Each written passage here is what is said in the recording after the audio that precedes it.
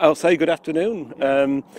I'm Peter Judge. I'm standing for Calderdale Council for Rastrick Ward in May. A few weeks off at the moment. Just been out doing some campaigning and knocking on people's doors on a chilly and breezy Sunday afternoon. I've lived in Rastrick Ward now for almost 30 years. Both my daughters went to Woodhouse School, which is just round the corner from where we are here.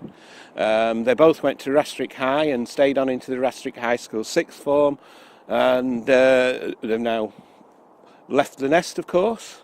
One of my biggest concerns at the moment is the way councils are being strapped for cash deliberately by a government who is practicing what's called austerity, and there's no need for austerity. It's a political choice.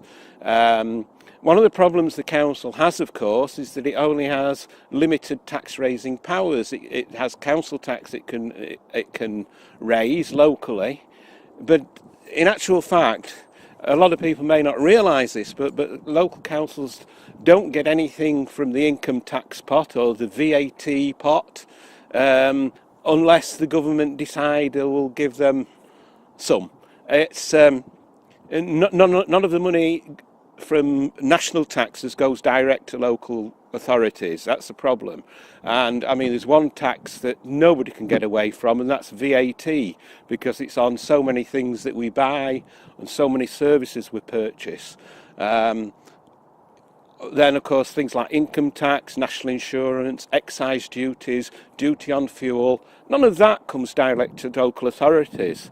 So when they talk about the government cutting this money from local councils, what they are doing is stealing your money to keep it in the central pot. They're taking away the people in these houses here, they pay their national taxes, and hardly any of that comes back to the local authority. The only taxes that come to the local authority are council tax. And so, you know, when we say that we need money for caring for people as they become ill or become older, that's the council's responsibility. It's a statutory responsibility on the council. The government says they've got to provide that service, but then the government are cutting the amount of money that's available. And I mean, the government are cutting money to education, so that means local schools aren't getting the money they need. They can't keep up the courses that they want to keep up. They can't necessarily employ the teachers they wish to employ. And it's simply down to a Tory government's political choice. We need a Labour government to change this, but if I was elected to the council, I would do my best to ensure that we do provide the best services we possibly can locally, but I would also be continually pushing this point that we locally, we pay our bit of the national taxes, and some of those national taxes should come back to the local area. In Rastrick, we are obviously an integral part of Calderdale. The main town for Calderdale, of course, with the main administrative centres, is Halifax. One of my concerns is that there seems to be a continual erosion of bus services between Rastrick and Halifax. There are only two that directly go between Rastrick and Halifax, which is via the Elland route. The others take a much slower route via Brighouse and Hipperholm. But one of those bus services has just recently been cut back. We had the 278, which came all the way from Dewsbury. In fact, at one time it came all the way from Wakefield through to Brighouse, through Rastrick and on to Halifax.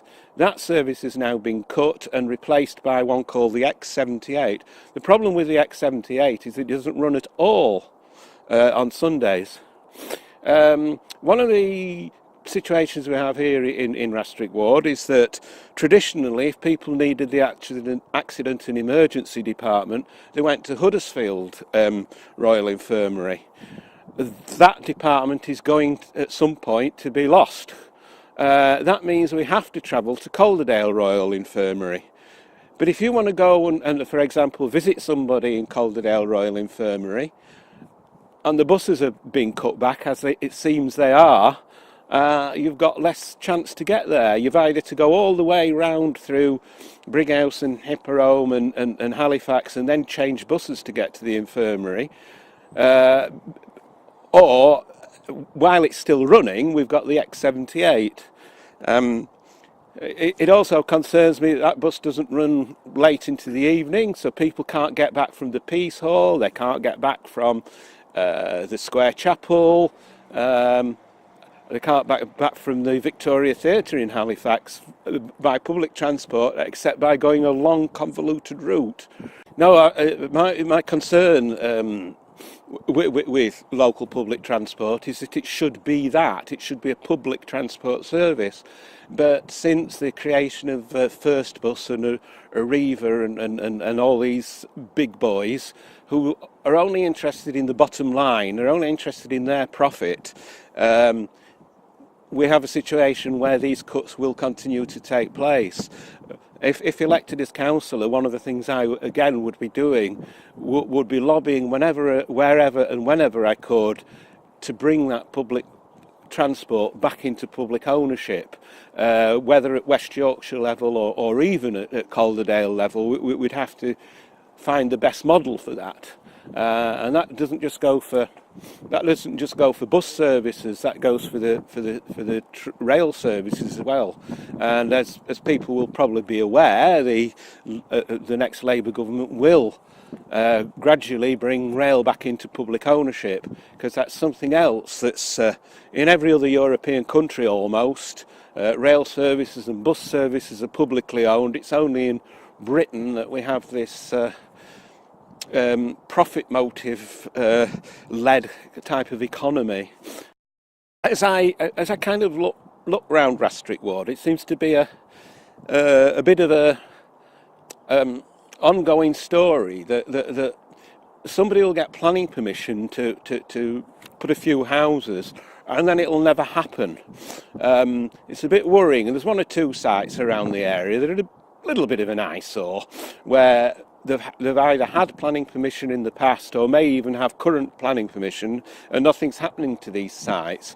So, I'm a little bit concerned about why the developers choose to sit on this land.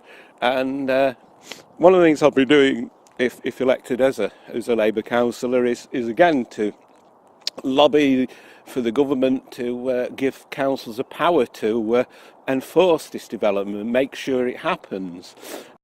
The Labour Party are committed to giving councils this power to ensure that if permission has been given for a development, it will take place. The problem, of course, is at the moment is that it is purely planning permission. It is a permission to do something, but it doesn't put any obligation on the developer to go ahead with that development.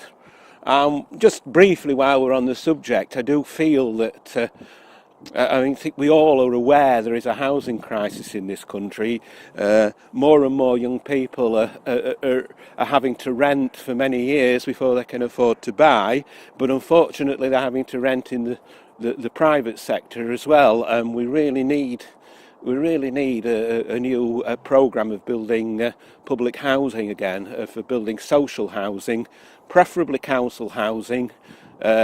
But of course there are a number of housing associations around that deserve that support to build more housing. So I know it's a hot topic in the area for housing, but to me the priority must be about getting more public sector housing to enable younger people particularly to find somewhere to rent at an affordable rent, and also yes, we do need new houses for people to buy too.